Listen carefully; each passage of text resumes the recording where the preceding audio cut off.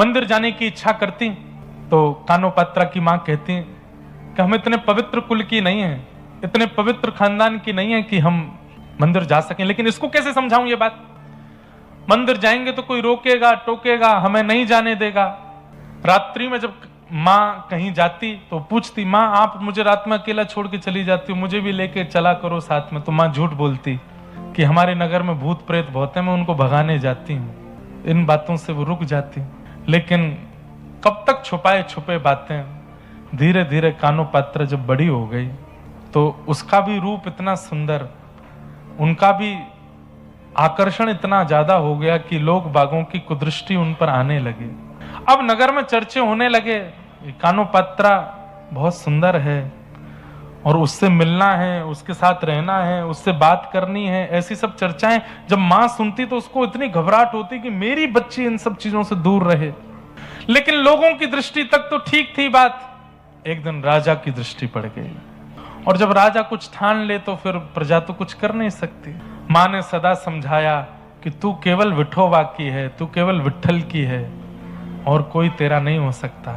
बहुत छोटा सा चरित्र है कानोपात्रा जी का और एक ऐसी भक्त हैं जिन्होंने बहुत कम समय में ठाकुर जी को प्राप्त कर लिया। राजा के सैनिक लोग आ गए, कानोपात्रा को पकड़ लिया और चलो राजा ने तुमको बुलाया है, कोई अंतिम बात तुमको करनी हो परिवारी जनों से, मां से, तो कर लो, क्योंकि अब तुम वापस नहीं आओगे, अब तुम राज भवन में ही रहोगी, राजा को सुख प्रदान करना है। तो कानोपात्रा से जब पूछा गया कि तुम्हारा अंतिम इच्छा कुछ हो तो बताओ, तो उसने कहा मैंने जीवन भर विठोबा के कीर्तन सुने हैं, जीवन भर विठोबा का केवल नाम सुना है, दर्शन नहीं किया।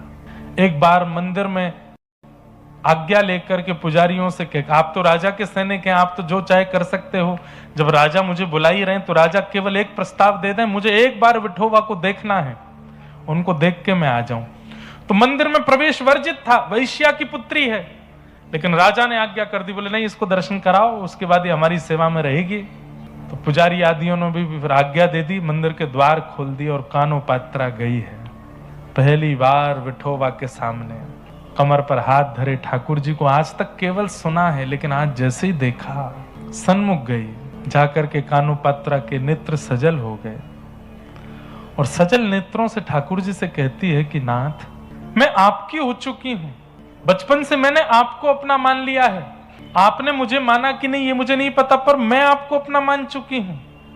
अब आपके अलावा यदि मेरा कोई स्पर्श भी करे, मेरा कोई वर्ण करे, तो इसमें मेरी कोई लाज नहीं जाएगी, आपकी लाज जाएगी। अरे कोई बहुत बड़ा व्यक्ति